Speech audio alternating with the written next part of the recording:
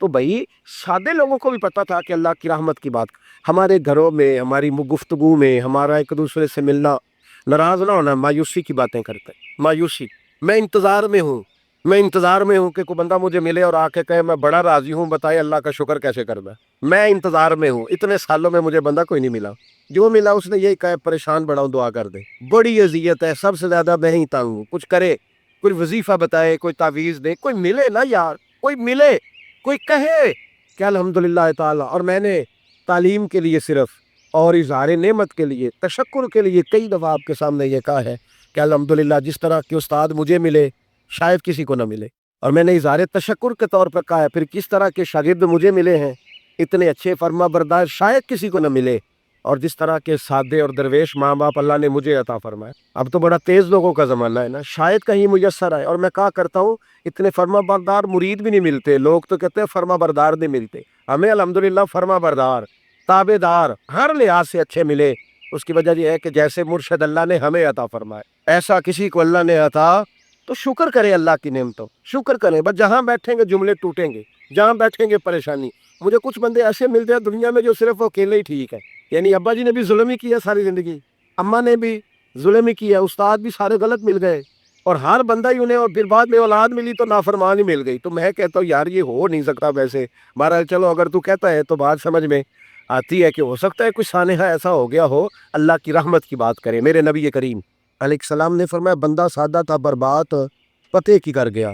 یہاں تک لکھا امام صفوری نے کہ قیامت کے دن اللہ ایک بندے کے لیے دوزخ کا حکم دے گا، بندہ جہنم کی طرف جا رہا ہے، فرشتے زنجیریں ڈال کے کھینچ کر لے جا رہے ہیں، بندہ جا رہا ہے دوزخ کی طرف، فرشتے کھینچتے ہیں تو وہ پھر مڑ کے پیچھے دیکھتا ہے۔ توجہ ہے میری بات پر؟ ادھر دیکھنا ذرا، وہ کئی دفعہ کسی کو کھینچتے ہیں نا تو مڑ مڑ کے پیچھے دیکھتا ہے۔ چلو آپ کو سمجھاتا ہوں، سمجھ آ جائے گی۔ وہ جب سکول جانے کو دل نہیں نہ کرتا تھا، جی 29 لیکچر دینے نا اپنے بچیاں نو، اور بڑا 1.5 گھنٹے کا، بچے ناراض نہ ہو جائیں، جب وہ کبھی جس نلائق کا سکول جانے کو دل اور اس کو کھینچتے تھے تو وہ پلٹ پلٹ کے پیچھے جاتا نہیں۔ اسی طرح مدرسے میں بھی جب آتے ہیں تو کئی بچے ایسے ہوتے ہیں جو آتے نہیں تو کھینچ کھینچ کے نہیں لے جاتے کئی دفعہ، تو جب کھینچ کے فرشتے جہنم کی طرف لے جا رہے ہیں، کھینچتے ہیں تو پلٹ کے پھر پیچھے دیکھتا ہے، پھر فرشتے کھینچتے ہیں پھر پیچھے دیکھتا ہے، پھر فرشتے، ذرا نظارہ دیکھنا، دوزخ کو لے جا رہے ہیں، پلٹ پلٹ کے اللہ کی طرف دیکھتا ہے، دوزخ کا دروازہ آ گیا، پھر پیچھے دیکھ رہا ہے۔ رب کریم نے فرمایا اسے واپس بلاؤ، رحمت داد دریا الہی، بلاؤ اسے واپس آیا۔ اللہ نے فرمایا بتا تو پلٹ پلٹ کے کیا دیکھتا تھا؟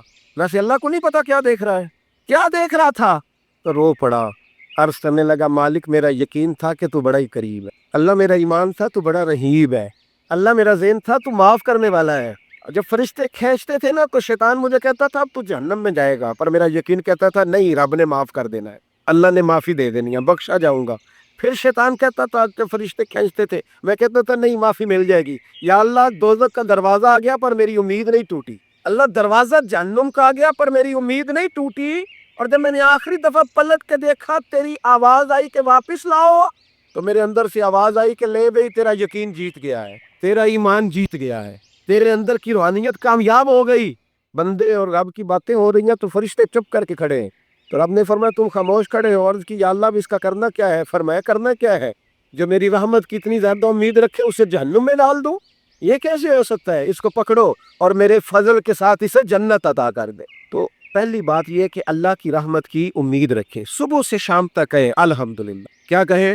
ایک ہوتا ہے تکبر کے طور پر بڑھ کے مارنے کے لیے ذکر کرنا، وہ منع ہے، ڈینگے نہیں مارنی، بلکہ اللہ کی رحمت کا ذکر کریں تشکر کے لب و لہجے، تشکر کے لب و لہجے۔ ہمارے نا لفظوں سے شکوے چھلکتے ہیں، ہمارے جملوں سے چھلکتا ہے کہ ہم پریشان ہیں، ہماری باتوں سے محسوس ہوتا ہے کہ ہم کسی وجہ سے بڑی تکلیف میں ہیں، اس کو نکال دیں۔ جب بندہ اللہ کی رحمت کی امید کرے گا تو اللہ بھی پھر رحمت، فضل اور کرم کے بادل ہی برسائے گا۔ دوسری بات ہمارے بزرگوں نے لکھی ہے، اگر اللہ کے قرب کا رستہ طے کرنا ہے تو وہ اس طرح ملے گا کہ اللہ کے ہر فیصلے پہ راضی ہو جاؤ۔ جہاں اللہ نے مجھے بٹھایا میں راضی ہو جاؤں، جہاں اللہ تبارک و تعالیٰ نے میرے بھائی کو بٹھایا ہے وہاں میرا بھائی راضی ہو، جہاں جہاں اللہ نے ہمیں بٹھایا ہے ہم اس جگہ پہ راضی۔ معاملہ پتہ کیا ہے؟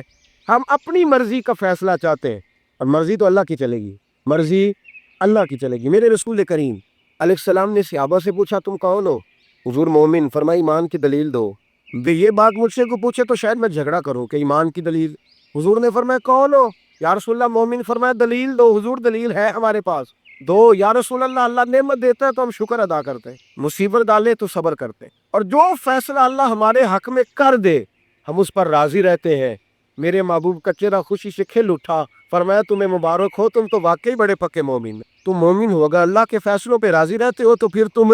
حضور فرماتے ہیں کچھ لوگوں کو اللہ قیامت میں بغیر حساب کتاب جنت میں داخل کرے گا، فرشتے پوچھیں گے پل صراط سے ہوا ہے، وہ کہیں گے دیکھی نہیں، میزان عمل تلوائے، وہ کہیں گے دیکھا ہی نہیں، کیسے آ گئے؟ تو کہیں گے خدا کے فضل سے آ گئے۔ فرشتے پوچھیں گے تمہارا عمل کیا تھا؟ وہ کہیں گے کچھ بھی نہیں، عام لوگوں کی طرح نماز پڑھتے تھے، روزہ رکھتے تھے، حج فرض ہوا تو کیا، زکوٰۃ اگر ہمارے اوپر لاگو ہوئی تو دی، عام روٹین کے معاملات۔ تو فرمایا اتنی بڑی فضیلت کے بغیر حساب کتاب جنت، کوئی تو وجہ ہوگی۔ تو بندے عرض کریں گے وجہ ایک ہی تھی کہ رب جو ہمارے حق میں فیصلہ کرتا تھا ہم اس پر راضی ہو جایا کرتے، ہمیں کوئی شکوہ اس پر رہتا۔ علامہ ڈاکٹر محمد اقبال رحمۃ اللہ علیہ، توجہ ہے میری بات پر؟ ادھر دیکھنا ذرا میری طرف، اللہ آپ کو خوش رکھے۔ کچھ لوگ نا جی کہتے ہیں ڈاکٹر اقبال نے داڑھی کیوں نہیں رکھی تھی؟ تو جی غلطی کی علامہ اقبال نے، رکھنی چاہیے تھی انہیں۔ ناراض ہو گئے آپ لوگ؟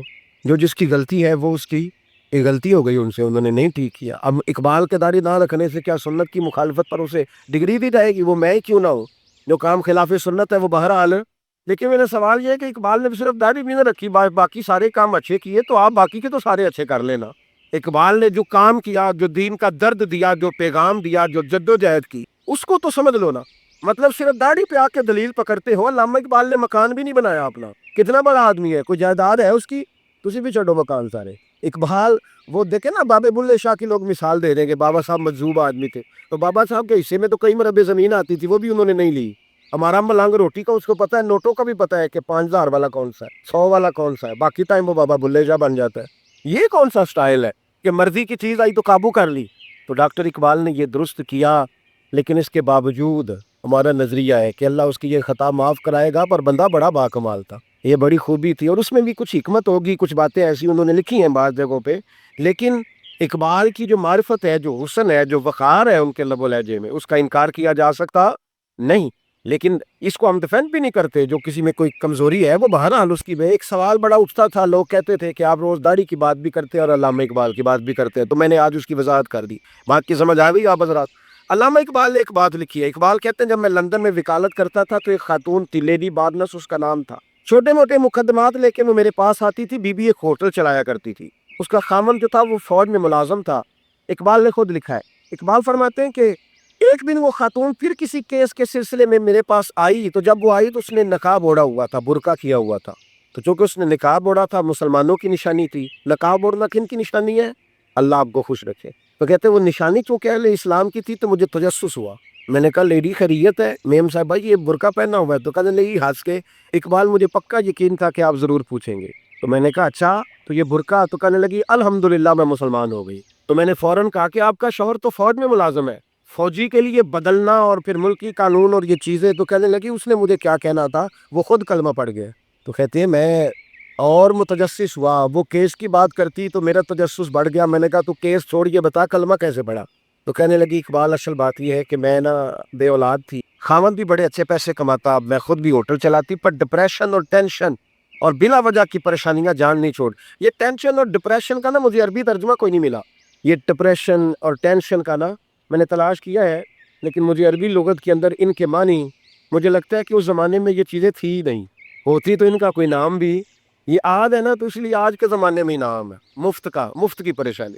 تو کہتی ہے مجھے ٹینشن اور ڈپریشن رہتی تھی ہر وقت، بڑی میں پریشان رہتی تھی۔ میرے ساتھ ایک عجیب واقعہ ہوا کہ میرے ہوٹل میں نا ایک بابا جی برتن مانجتے تھے، بوڑھے آدمی تھے، 70 سال کے قریب عمر تھی، ان کا ایک بیٹا تھا، ایک بہو تھی، ایک پوتا تھا، لیکن وہ بیچارے بیٹا بیمار رہتا تھا تو لہٰذا وہ خود مزدوری کرتے۔ کہتی ہے ایک دن وہ بابا جی میرے پاس آئے، کہنے لگے میم صاحبہ 2-4 دن کی چھٹی چاہیے، تو میں نے کہا خیریت ہے؟ کہنے لگے میڈم میرا بیٹا فوت ہو گیا۔ بیٹا، اب وہ پتہ ہے باپ کا جنازہ پڑھنا آسان ہے، بیٹے کا جنازہ اٹھانا بڑا مشکل کام۔ کہتی ہے میں کچھ لکھ رہی تھی، میرے ہاتھ سے قلم گر گیا، میں نے خود گاڑی بھیجی، بابا جی گاؤں چلے گئے جہاں وہ رہتے تھے۔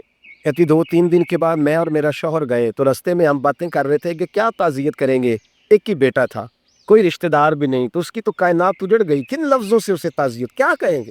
کہتے جب ہم گئے تو وہ ٹوٹی ہوئی چٹائی پہ بیٹھا تھا، کچھ لوگ قریب تھے، ہم نے جا کے کہا بابا آپ مسلمان ہیں، ہم آپ کو کیا نصیحت کریں؟